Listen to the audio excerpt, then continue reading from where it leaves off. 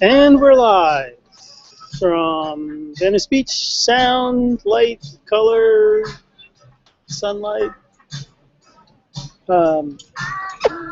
Welcome to Venice Beach, California, the veritable edge of Western civilization. Or something. So, today is Tuesday, August 5th, and we've got a milestone here. This is our 50th show, and 50th, 5,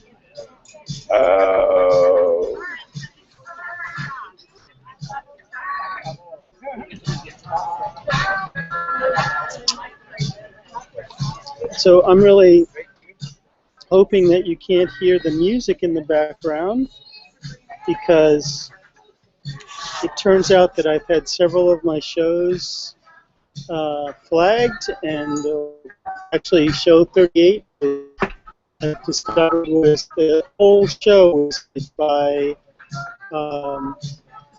the people that own the copyrights to the music that's blaring from that store right across the way. Beyonce. So I've got to find another place on the boardwalk to do what I do, and away from this corporate nonsense. And the good thing is on the corporate nonsense on the boardwalk.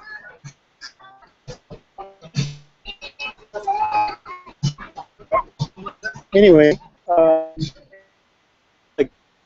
bring your shit down. And I'm going to do that. So turn this over. This is the painting that we did yesterday. You can watch that while I run over there and try to get them to turn stuff down.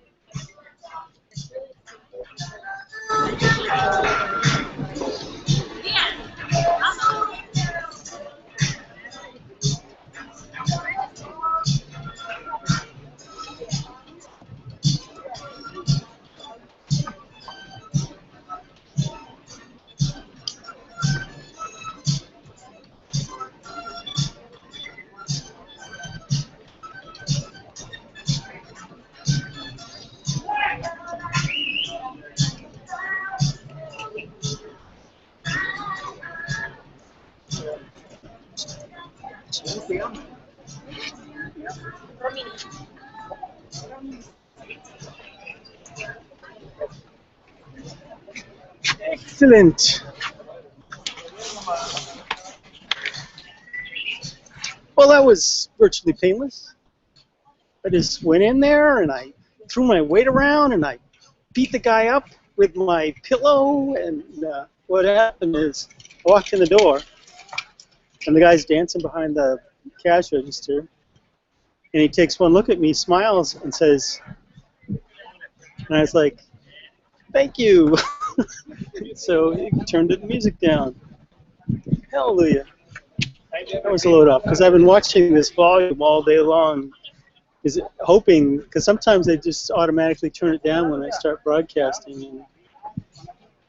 But they didn't yesterday, and it got flagged, and blah, blah, blah, again. So now I'm all pins and needles about it.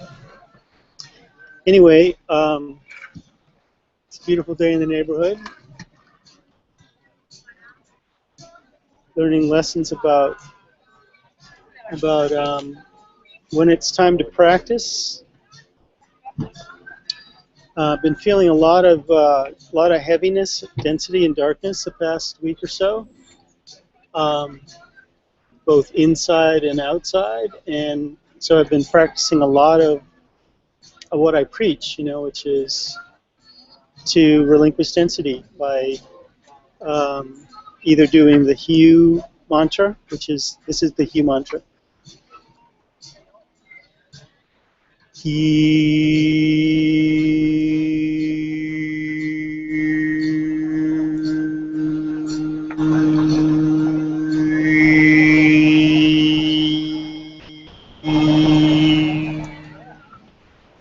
So that's kind of a protracted, fuller expression of it, but sometimes I just go to myself, I just be saying, you, you. It's spelled H-U, and it's pronounced just like the word having to do with color and light, H-U-E. And another thing I do is I radiate universal life force energy out of all my pores and chakras, all 88,000 of them, and then I'll absorb energy, universal life force energy through all of those. And it's not just an imagination; you actually feel yourself doing it. And then I'll also, start at my crown chakra. I'll move a wave of energy down my body and out my toes, and then back up. And it's been very interesting, because in the past, until a couple of months ago, when I realized these techniques for relinquishing density, I have a lot of scorpionic energy in my chart. I have Pluto, the ruler of Scorpio, conjunct my Sun in the 8th house. I have 7 planets in the 8th house. The 8th house is the house that Scorpio rules, and Mars. So if this is Mars and this is Pluto, they're both the archaic. They're both the rulers of Scorpio. Mars is the original ruler of Scorpio before the 7th, when it was only the 7 visual planets. The Sun, my Sun, is right in between those two. So they make a sandwich of my Sun in the 7th house. In the 8th house that Scorpio rules. So you have these the two rulers of Scorpio in the house that Scorpio rules, and my Sun is made a sandwich of them both. And so it's a Sun sandwich, but it's on Scorpio bread, Well, it's Virgo. They're all in Virgo, but it's, let's say it's swimming in Scorpio soup. So, which means, in this lifetime, I tend to process a lot of energy, a lot of power, a lot of scorpionic energy, and there are times when it can be overwhelming for even me, So,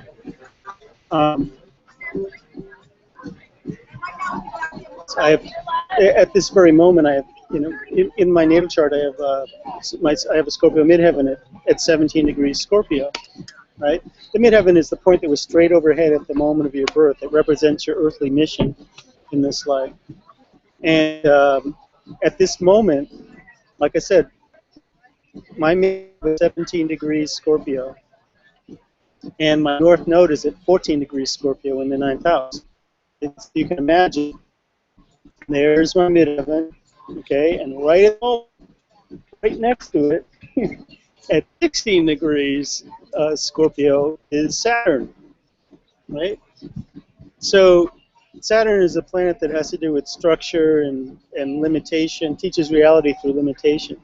It's also it's a planet of karma. It's a planet that has to do with execution and realizing, where it goes in the chart, so karmic lessons this time. I have it at 7 degrees Sagittarius on the other end of the 10th house. So it means I have a strong sense of mission and purpose in this life. And but right at this moment, it's it takes approximately 29 years for it to go around the Sun, and at this moment, it's right at the point that was straight overhead at the moment of my birth, and so the planet of structure and limitation and everything is like conjunct my inspiring and inspired by my earthly mission. And so I'm feeling a lot of like, you know, limitation around, you know, what I feel my mission is, while at the same time getting my missions. And it's a definite practice what you preach moment. So, given saying all that to say, you know, I'm feeling all this density, and you know, fear, doubt, anger, confusion, you know, envy, jealousy, judgment, you know, self-judgment, self-criticism, all you know, all that kind of stuff. And I'll tell you why I'm laughing. And so, you know, I know now what to do about that. I could just swim in it. I could just keep bobbling around in that, in little, you know, self-loathing soup of it's the end of the world. It's the end of the world. Or I can practice these techniques for relinquishing density. And one of the things that I've been discovering is doing those 3 exercises first thing in the morning, like before my feet hit the ground, and doing them before I go to sleep at night, really helps to move the energy. It really helps to move the energy. It was a pigeon. I like to try to touch the. The reason I was laughing there is, you know, it's funny when you're you know, engaged in issues to do with like self criticism and whatnot. Sometimes if the universe wants to lighten your load, it'll send a person into your sphere that'll well, I'll just tell you what happened. Okay, so I'm in the process. I'm sitting here. I'm behind on my bills, and I'm, you know, up until that point, I hadn't made a penny all day, you know, and it's been a very lean summer. And one of the only reasons why I'm here is because it had been a lean spring. Otherwise, I would have, you know. There are like 6 different other events. Like right now, there's a rainbow gathering in Vermont. I would have gone to the Cape, the European gatherings in Romania. The World Gathering is going to be in Hungary after that in September. You know, there's just loads of things, other things that I would have been doing, but I'm here because this is supposedly an opportunity to, like. I came back here after the Rainbow Gathering because I figured this would be, in the past, I've been able to come here and in a week or 2 put together enough money to go do those things. But I'm still digging myself out of the hole that I made for going to the gathering, you know. Anyway, so I'm feeling all this density and I'm trying to remember to relinquish it and everything like that, and there's this gentleman who, you know, he's on Social Security disability because he's, you know, he's been an addict, and he's it's messed up his body and his psychology and everything like that. So he probably gets what's called a nut check on the street, you know, where you get a nut. Because you're crazy, you can't, you know, get paid, you can't work a job, so they give you a certain amount of money to make sure that you don't live on the street, whatever.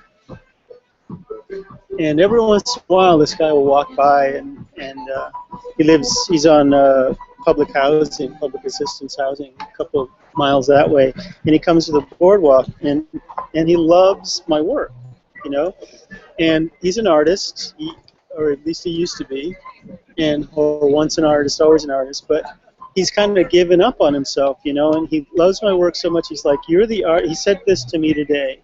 Okay, he goes, "You're the artist I've always wanted to be." You know. Now, on the one hand, I'm flattered to hear that compliment, but on the other hand, it's just you know, he's not dead yet. You know, and he can draw and he can paint, but he's caught in this story about how he's you know, this he wasted his life. You know, that he screwed up his life by the choices that he made, and so he comes into the thing, and I'm in my head, I'm processing all this density and whatnot, and you know, processing the, you know, my feelings of inadequacy and failure, and you know, there's this guy on somebody posted yesterday on Facebook this picture, and there's this blue pill and the red pill, and one of them said, and it said that if you take the red pill, you go back 10 years. If you take the blue pill, you'll go ahead 10 years. Which one would you choose, you know?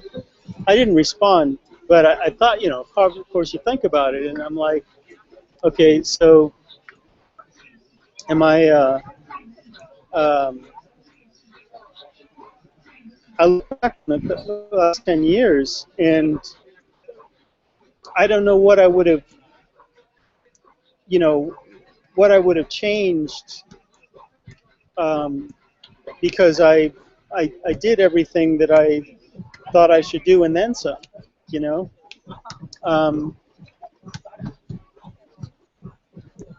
You know, I have to think really hard to see if I would have made any different choices, because I think I made, you know, with the information that I had, you know, I did what I you know, and it's led me to be here today, right? In other words, I feel like I turned over all the stones of the past 10 years, and you know, there isn't anything that I would have done differently. You know, a different choice. So you know, I wouldn't necessarily have made a different choice. I don't know how I could have changed the outcomes, though. You know, crazy. So yeah, I guess I would have. But so then I look at, okay, so I'm going to be. Today is the 5th of August, and in 21 days, exactly 3 weeks, I'm going to be 57 years old. Okay, so that means in 10 years I would be 67 years old, and I look at it like, okay, what's it going to look like in 10 years? And I don't really have, I don't know, you know, I don't know what it's going to look like. And so that's what I was thinking about when this guy walks up, and he just starts marveling at the work and giving me compliments about the work and everything, and you know, just saying, like I said, you know, that you are the artist. You stopped in his tracks and you said, you're the artist that I would always have wanted to be, you know. And I said to him, it's not too late, dude. You're not dead. You know, I said, is that the end of the story for you? And he snapped out of it. He was like, no, it's not the end of the story. And you're right, it's not too late, you know. So, but it just, I just thought it was really funny, because the universe sent this reflection, this mirror, into my little bubble at that moment to, like, you know, give me some perspective, you know. And he says, he told straight out, he said, I envy you. And I'm like, dude, I didn't say it out loud, but I'm thinking it I just laughed, because you have no idea. I mean, just like anybody that we envy, that's the pointlessness of envy, you know, other than envy is good for, I mean, aside from the fact that it's, you know, it's density and it's really unhealthy for us. It's like a carrot on the stick, you know. If it inspires us to be more than what we are, then and identify that which we want to be, you know. So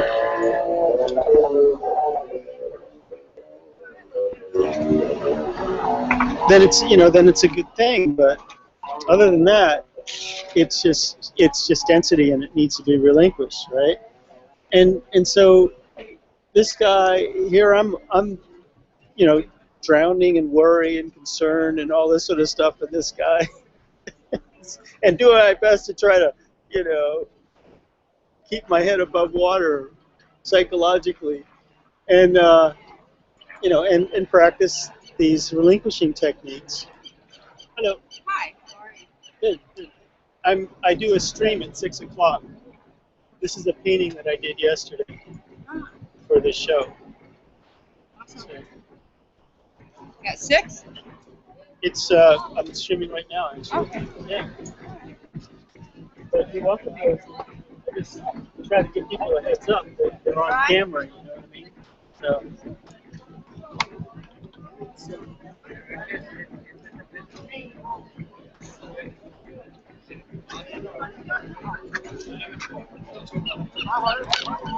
So anyway, so this guy's talking about how he envies me and everything like that. I'm like, you have no idea. I didn't say it to him, but in part because I just wanted him to lead me to my self-dissection. But it was very challenging because here he is as a representative of the universe, blowing sunshine up my butt, and from the heart. I mean, he wasn't bullshitting me. This is how he feels about the work. It just inspires him. So the universe. Anyway, I feel like it would be a really good idea to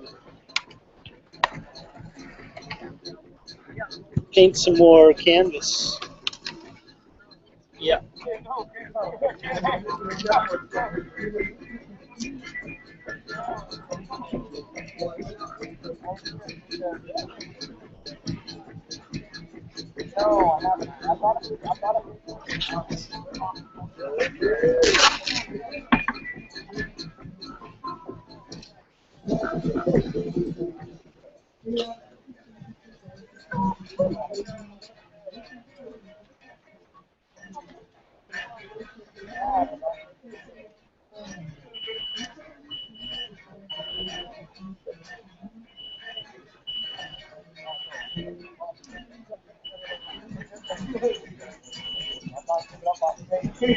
I don't care how much they ask.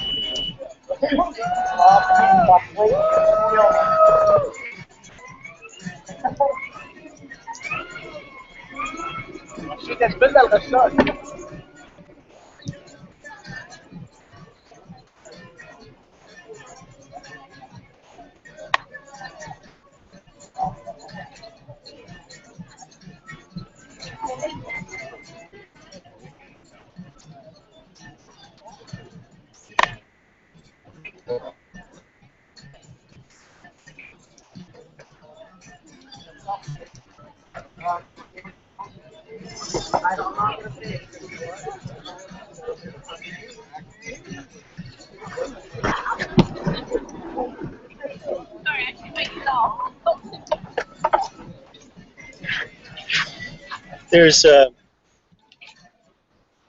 this airbrush couple down that just showed up today, and aside from the fact that they're gassing everybody within 10 feet of them for money, they're also they have a sound system, and the sound system is bleeding into this broadcast. And once again, I mean, this thing with Beyonce is really maybe keenly aware of ambient sounds and copyright infringement and all that kind of stuff. So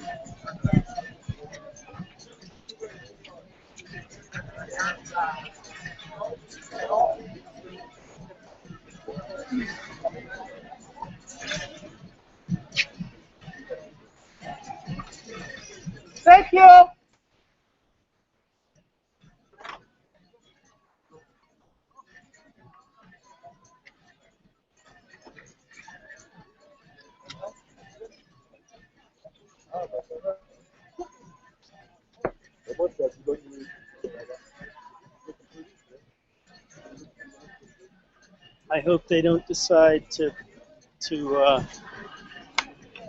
that was a big hand. Look at that hand. That's a big one. Easily used. I hope they don't decide to make this their.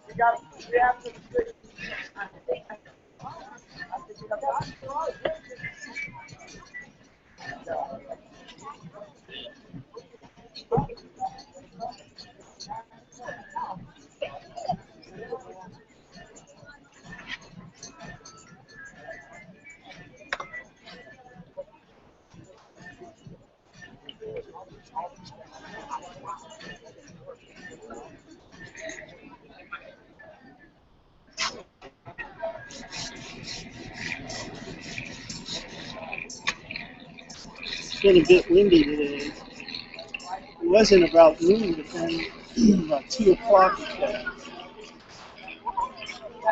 the wind picked up and actually got chilly. Now it's actually died down a little bit. Hopefully it's keep dying down.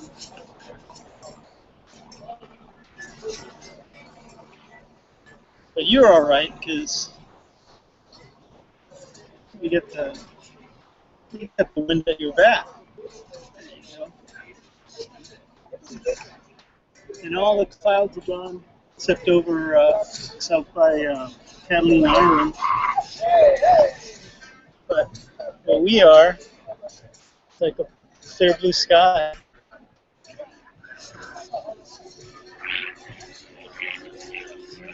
I'll take that.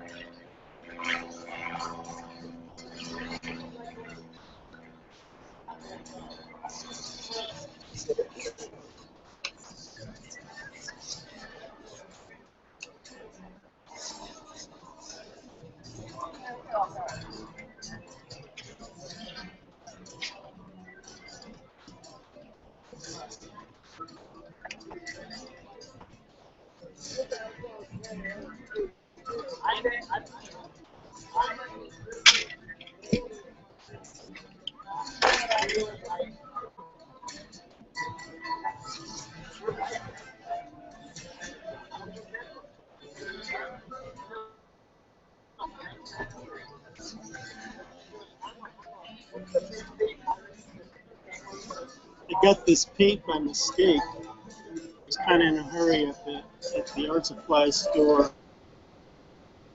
It was it's such a poorly lit store that you see it's hard to read stuff and see the actual color of paints and whatnot. And I thought this, it's called Payne's Gray. I thought it was a tube of black. But it's, where's Sands of Lemon? They make lemonade.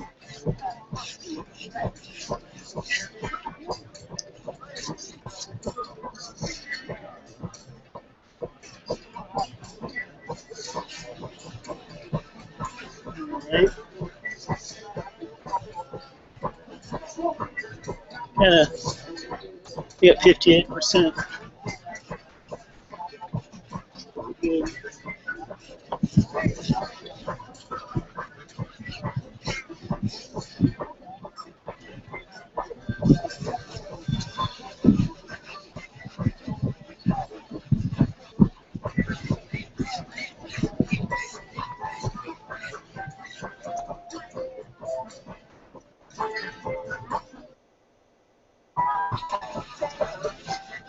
Jesus.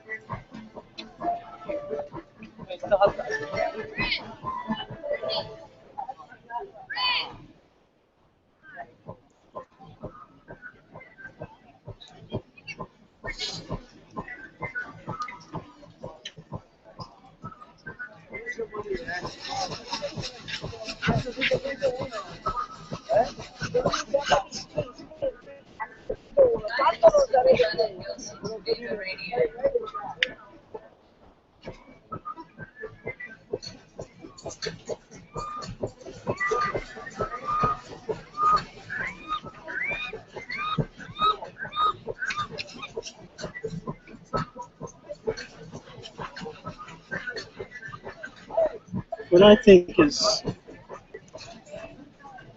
amusing,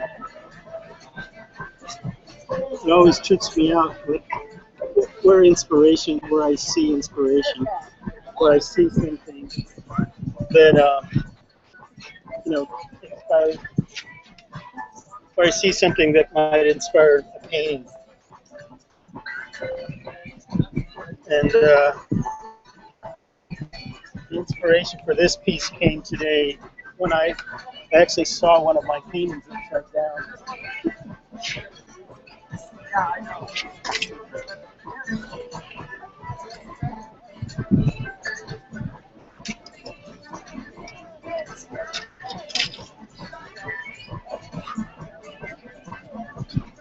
Fish pins from the 99-cent store. Not as good as the real ones. Just the others pay for sometimes.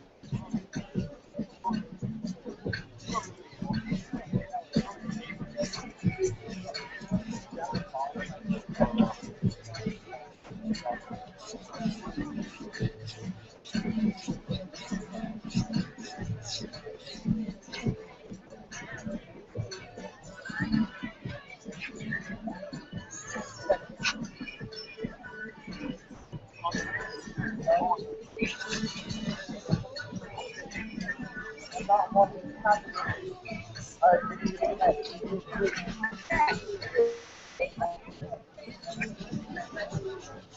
know.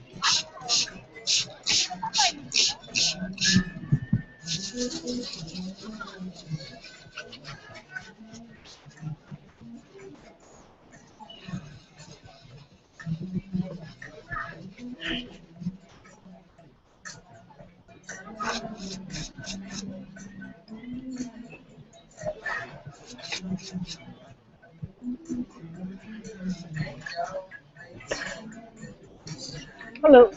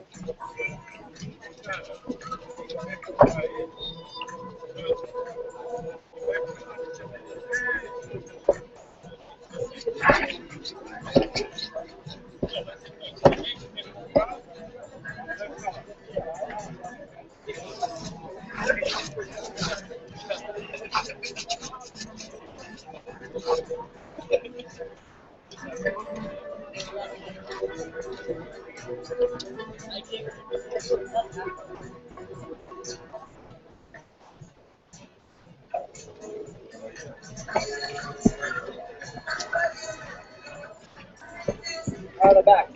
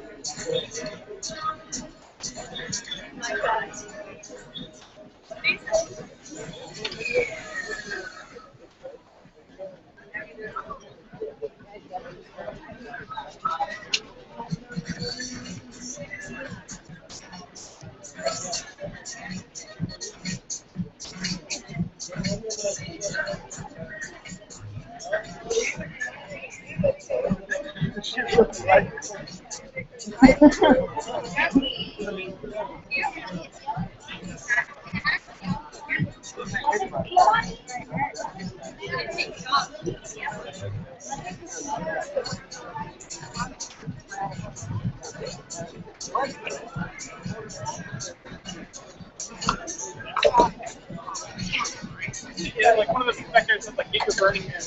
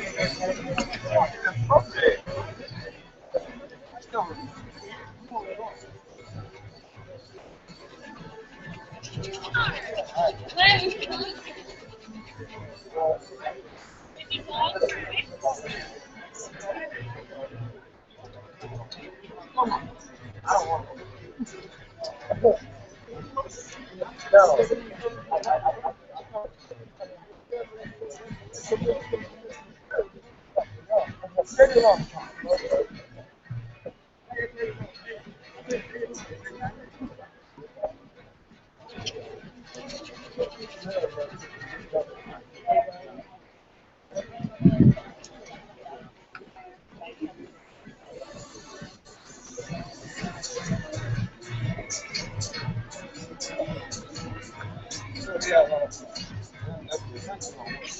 not gonna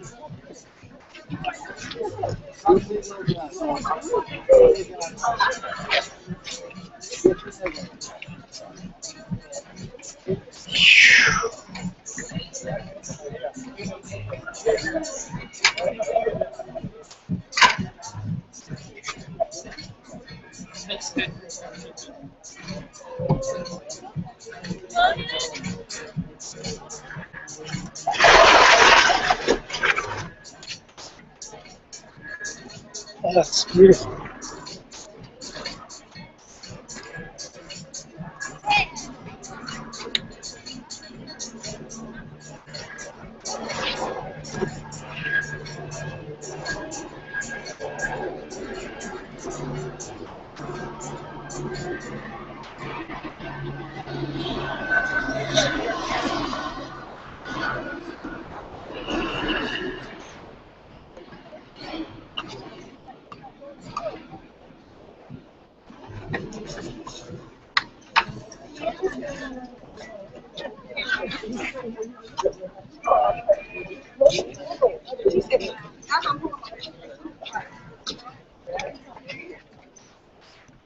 What's neat about this? That's pretty. Yeah. What's neat about this visual? What's neat about this?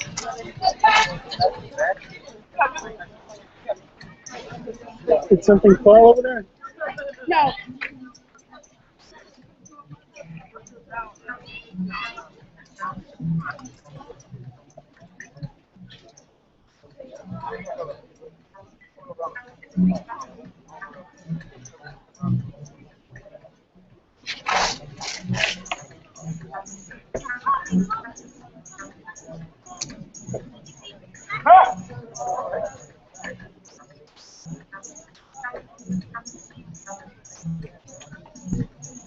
Excuse me.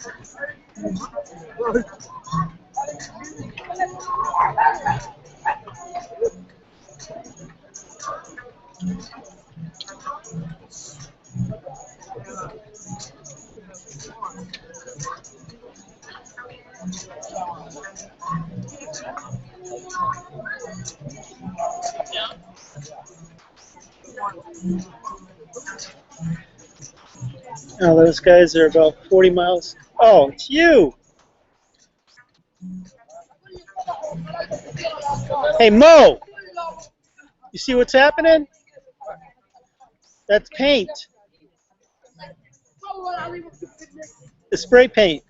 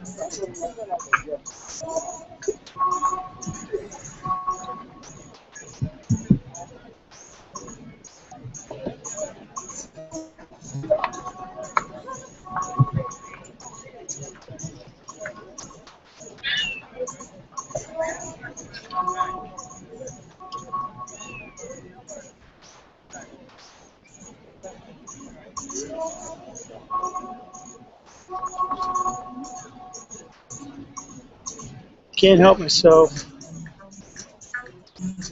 Keep drawing these fine people. There doesn't seem to be any let up. You know?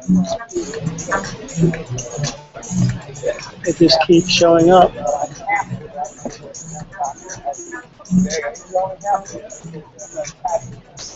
Demanding to be included.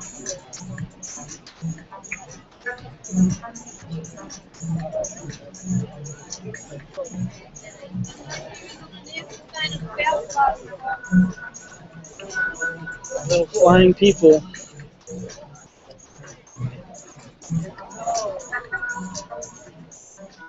So every time I see another little dot, it looks like it needs to be somebody.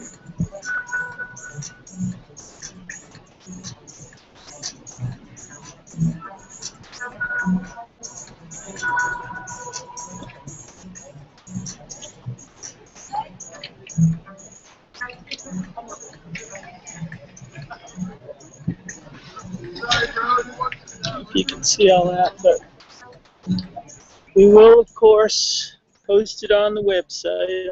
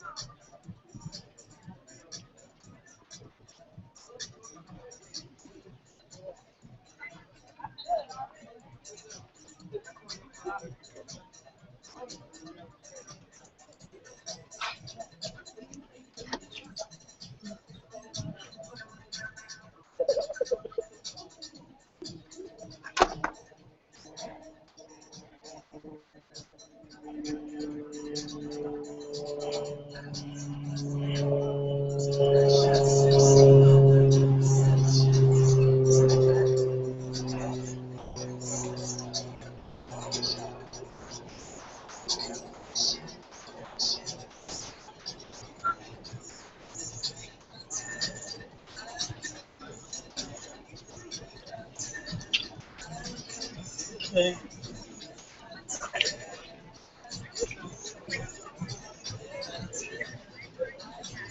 Saw something today. As my mind's eye.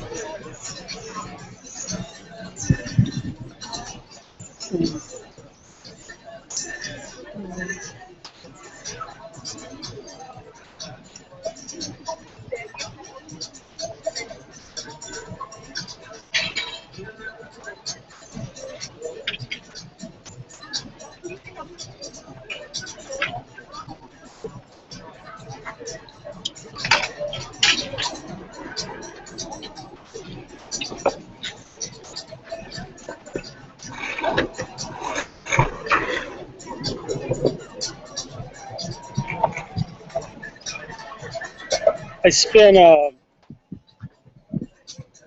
semester at the museum school in Boston back in fall of 1987, and it was just, I took a foundations course. It's one of the things you have to do if you're going to go there. You have to take a foundations course. It's just like 4 courses in one, where you have drawing, painting, printmaking, and sculpture, all in one course. And I really enjoyed it for the most part. It was taught by 4 different instructors, and one of them was a sculptor. And he and I didn't really see eye to eye on many things, but one of the things that he said that has stuck with me over the years is that he would look at a piece and he would say, does it ask more questions than it answers? Which I think is a really good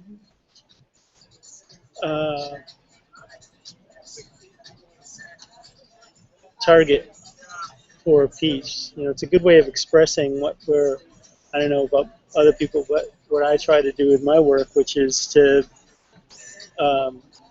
open all the doors and windows, take the doors off their hinges, you know, and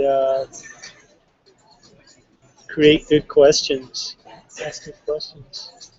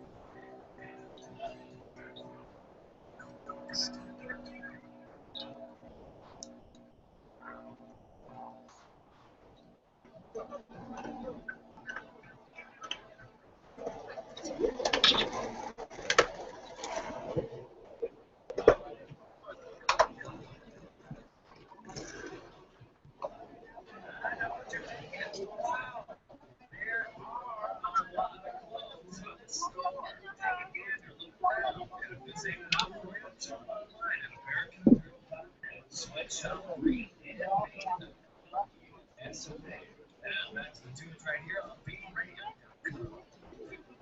Please, music style. Thank you.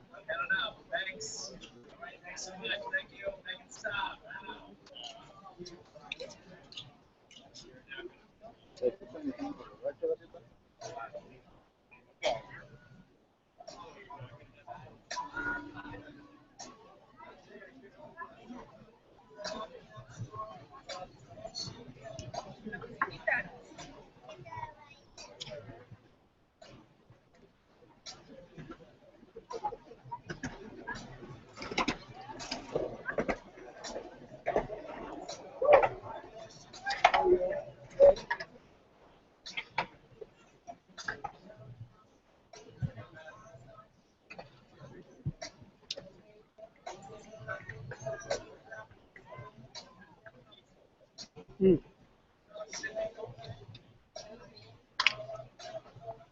Mm.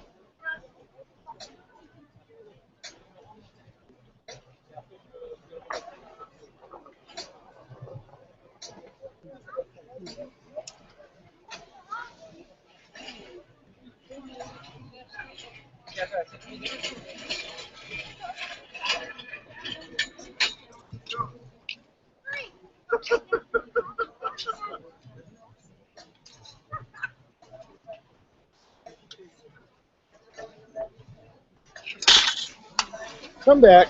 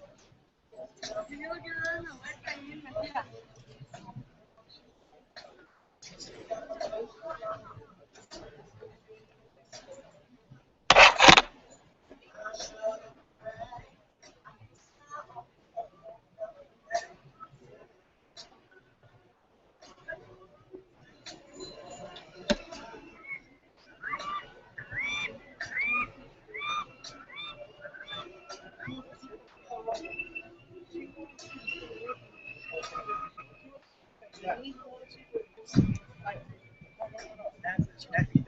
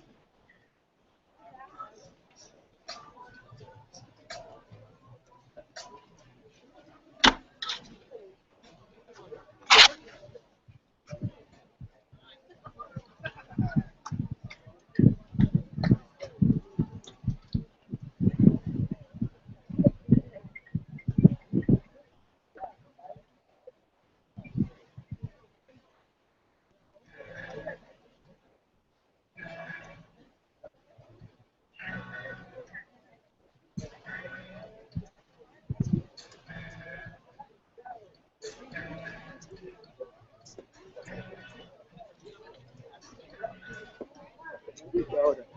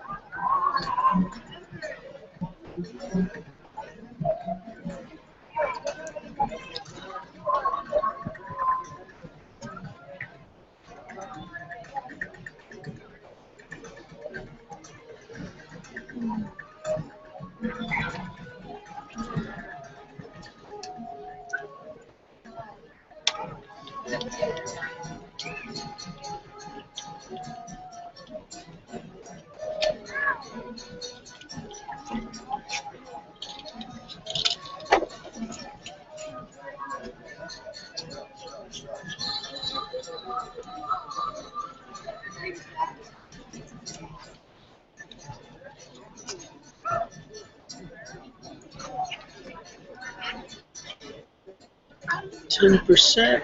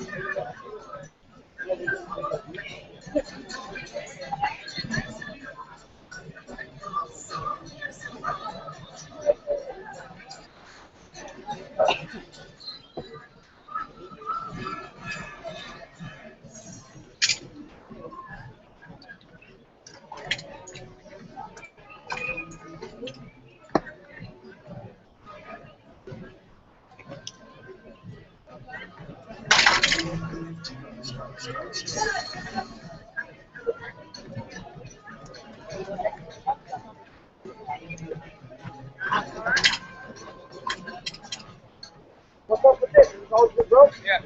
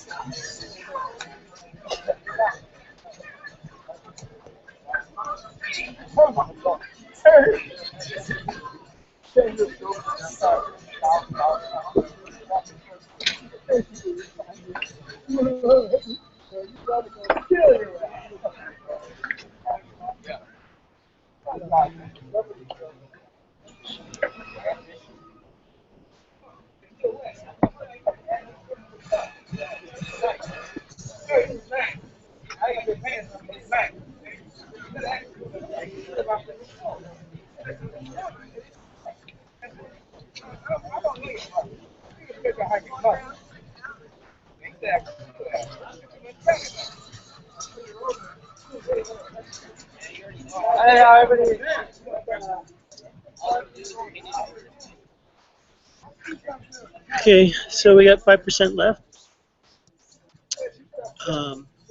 This is my ball spot and a balder spot. So I'll post obviously the final version on Facebook.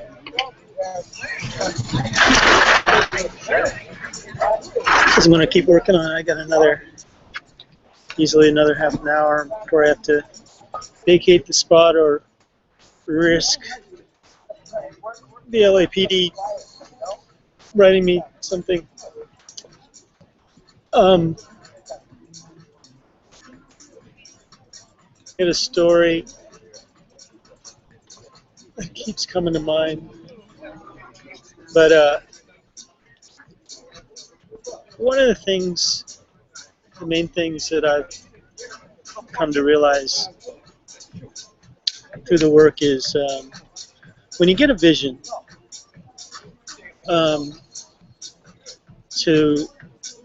especially for a painting, sometimes it's good to keep a clear idea of what that vision is. But sometimes the vision exists to kind of get you going in a certain direction, and you can create that, create something that is different from what your vision is, and that who knows where that's going to lead. But so long as you still have the original vision, you can still go after that too. But it's best not to be too attached. But there's a painting that I've done. It's the original inspiration. It took me 6 years and 6 different tries to finally get what I was aiming for. But in the process, those 6 tries have been images that inspire people, that are really good, and I wouldn't have, if I hadn't quote unquote failed at accomplishing what the original vision was, I wouldn't have created those, and they're amazing. Some of my best sellers, So I think life works the same way. You have a vision, and you head off in a certain direction, and you do your best, and suddenly you find yourself someplace completely different, than what you aimed for. That's just because you're not done yet, So anyway, thanks for listening. We got like 1%, we're going to get cut off.